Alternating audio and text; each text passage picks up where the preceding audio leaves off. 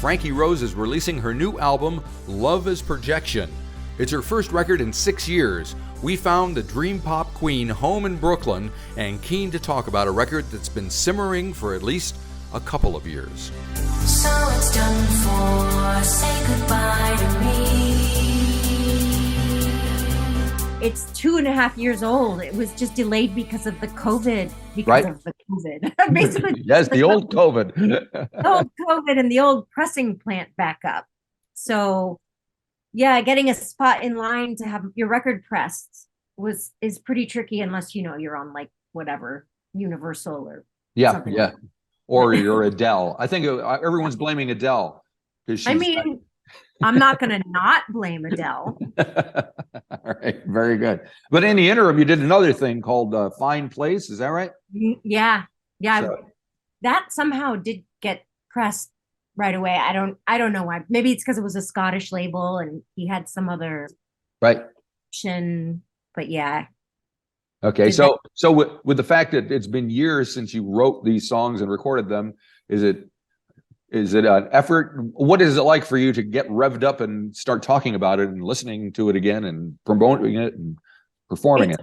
Really weird because we actually went on like a 40-day tour and I did perform songs from it. So like the whole thing is just so weird to me that it's actually going to be out in the world. Right.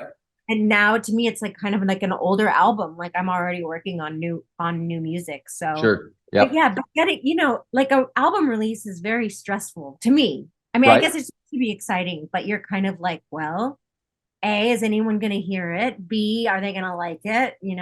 It's like, I feel like every album's like an opportunity, like anything could kind of happen or nothing could happen. Right. So you got an album release show coming up on the 11th. Is that correct? It's true. Yeah. So what's it going to be like? It is the smallest venue I've ever played in New York. And it's a great venue. It's a very small one. It's been around, and there's not that many small venues anymore in New York. There's just, if they're small, they're weird.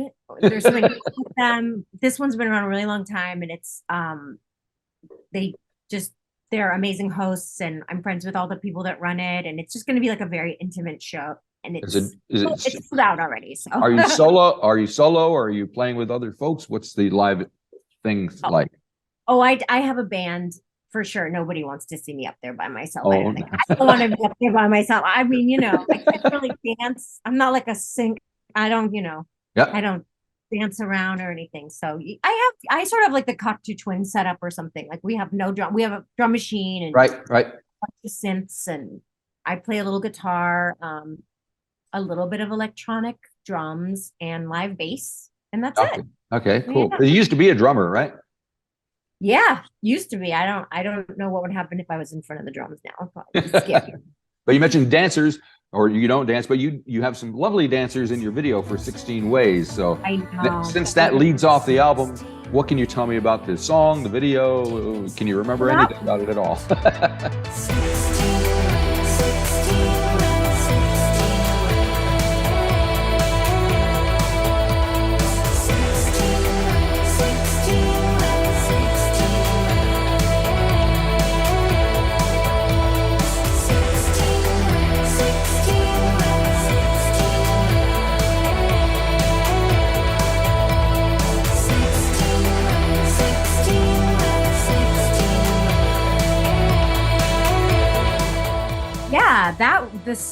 The making of that video was amazing because I wanted to collaborate with this choreographer named 80s Baby, and he's a dancer in New York, and he and a dance teacher and choreographer, and he specifically dances to kind of dark wave music, and I found him on the internet, and he had already like sort of had a class where they did something to one of my songs, and I was like, oh my god, we should make a music video.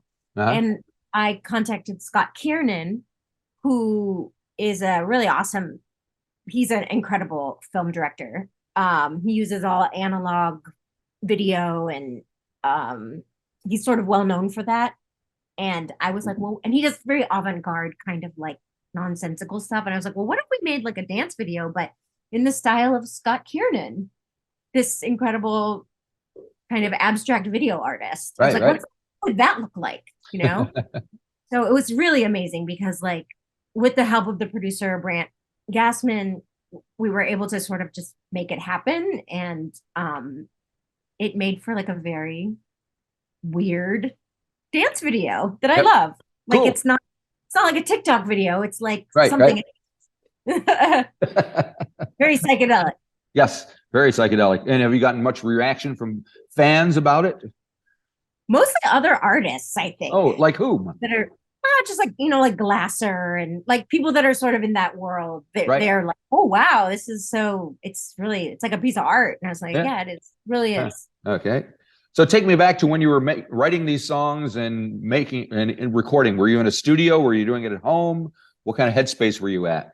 I honestly wish I could remember because for me, like I really do. I sort of have the same process like every time I make a record, which is I work in my own little sort of home studio, Yep. which is not super impressive to the eyes, which is actually funny because I was all day today. I've been troubleshooting something. I finally figured it out like an hour ago. It took me like 5 hours. That sounds like my day. It was Every very day. stupid. It was just like incredibly dumb. Yeah. And so yeah, I do it most of it in my house, and then I'll take it to like a nicer studio with a producer or an engineer that produces, vice versa, that is willing to like co-produce or do it with me. And then I finished it off. And this one, I don't even know how it came together, but it did. It took a long time. Mhm. Yeah. And is So it mostly you, or are you working with other folks making the record? it's mostly me. I worked with a producer named Brant Gassman, who is kind of a sound wizard and definitely Right. like a really cool engineer that, loves ministry and that kind of stuff, which I Yeah. also love because this is Uh-huh. definitely more. I also wanted to work with somebody that is more into electronic music. Yep. It's just what I'm more interested in these days. And What's drawn you to the electronic music? I mean, I always loved it. It's always just been sort of a mystery to me. Right.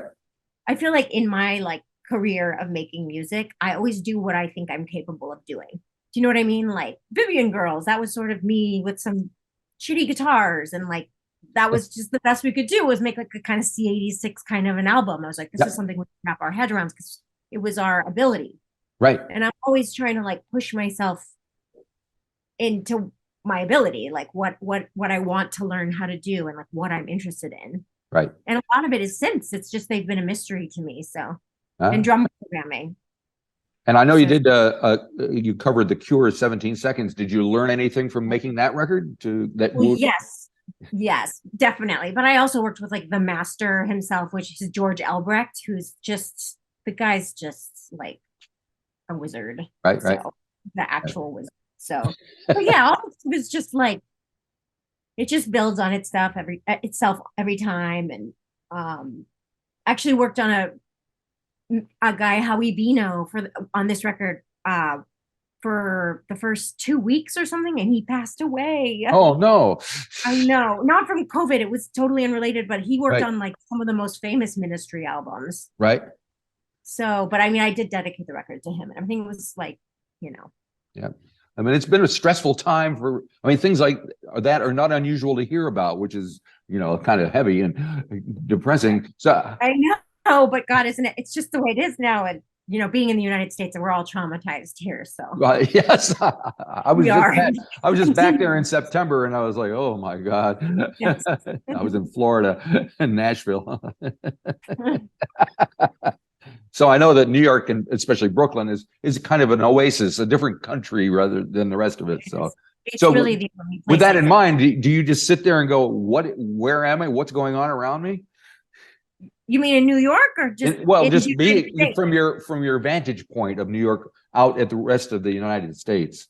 Oh yeah. I mean, it is like I am minus the cost of living here, which is bananas, Same here. especially for like an artist. Is it? Oh, Oh yeah. I'm trying to move to New Zealand anytime soon. Although I think- the exchange rate is good for you, so there's that. I mean, yeah, no, I'm really grateful to be here. As far as I'm concerned, it's like the only place for me. Yep. It's reasonable. like maybe San Francisco, I Right. suppose. Yeah, yeah, yeah. I can't be in a non-walkable public transportation city. So, Yep. but yeah, I look at this country and with just like, just shaking my head. I just don't even know what to say. It's like, it's shocking. Yes, I think yeah. about escaping. I think about going to Mexico City or something. I don't know. Well, that's kind of what I did, but I went to New Zealand instead. Yeah, And smartest thing I ever did. But I'm sure. so music wise, are you listening to lots of new music? Does that kind of seep into what you do as well? Tell me what your music habits are. Here and there, here and there. I listen to a lot of music when I'm working on music, like a lot. And Really? right now, Because a lot of people don't. They don't want to be like, have that. no, Yeah. I love like frame of reference and like Right. I have to make references to myself and be like, this is what I like. This is what's happening. I also like to hear what's happening now and like, what do I like about what's happening now? And what do you like about what's happening now? I mean, it's a lot of ambient music. It's a lot of Right. ambient electronic music. And that's honestly where my interests are Uh-huh. now. It's just why Find Place is a lot more of an interesting project to me as of late. Like that's I think that's sort of on the forefront of what's happening, at least here, and especially in New York City. Right, right, right. Is there an ambient scene in New York City?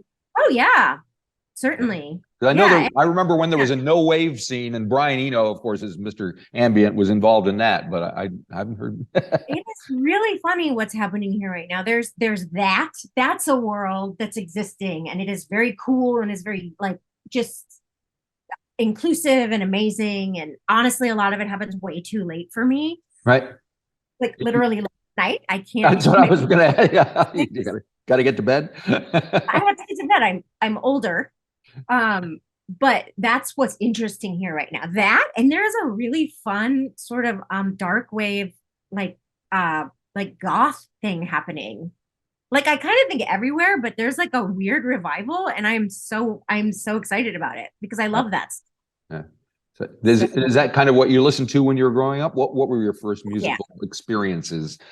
What do you? I mean, let's see. My first record was a Smiths record. So Of course. Oh, there you go. I must have been 13, and I think it was it was definitely like a Smiths record or something. So yeah, that's like that probably like ages me because I'm like that's what I was hearing was like Cocteau Twins and the Smiths and Depeche Mode and The Cure and like all that stuff. So that's I think what's it's in my file box, my memory file. Okay, so you got the release show coming up very soon. What happens after that? Are you going on tour, or are you hunkering down and making more music, or what's your plan? We are going on a nationwide tour. Oh, yeah. cool. Yeah, we're actually doing a Florida tour, which is sorry. We're going on a Florida tour. Just because we wanted to, because I've never been. You never been to Florida? No, I've been to Florida, but I've never toured Florida. No, okay, great. Yes. So we're doing that just because I think it'll be weird. It will be. My parents and my sister and all them moved to Florida. It's kind of God's waiting room down there. You know what I'm saying? So when they get to a certain age, they tend to migrate south. So it's kind of weird. Yeah, that's where we're going, and then we're going on a nationwide tour. So that with taking out a really awesome musician, Squee. It's SRSQ. Okay. Very interesting. Yep. Electronic musician. Uh-huh. And since it's been so long since you've written and recorded these songs, I assume you have a backlog of stuff that you've been making and thinking about and creating, at least in your head since then. What's the status of that? A backlog of like things to start working? Yeah, yep. New songs? Yeah. Mostly that's funny because I'm trying to figure out which ones are which. Like, is this a Find Place song? Is this a Frankie song? Like, it's very like that's where they're at. They're like sketched out, finished songs that I don't know when I take them to the next level, like what they're going to be for yet. And I would say I have a half an album's worth of stuff right now. Not bad. I don't know when I'm going to find time to work on it, though, to be honest. It sounds like you're busy. Yeah. And is music your full-time gig, or do you do other things? Oh, well, right now, because I'm fun employed. But no, usually I absolutely have to work a job. What kind of job? I just quit a job, actually. Which one? It's a bad job. It's a horrible job. You don't want to talk about it. It's a traumatizing job. Yeah. Oh, no, But no, no. I mean, there was only, I feel like music, if you're not living in Germany or France or Canada even. Right. If you're in the United States, you're not making money unless you have wealthy parents, Yeah. like you're Yep. in a job. Yeah. Yeah. That's just the reality. People don't want to hear it. They want like the romantic fantasy. And I'm like, no, listen. Oh, Maybe I mean, 90s, I'd probably be making like a teacher's salary or something. right. Yeah. Yeah. Unfortunately, my opinion is like Spotify and those platforms have devalued music for so many people. That, Really? they just not use. That's not part of what they spend their money on anymore, unless they want to buy a record or vinyl to and they don't even have a turntable. It's just kind of something to hang on their wall. It's very strange.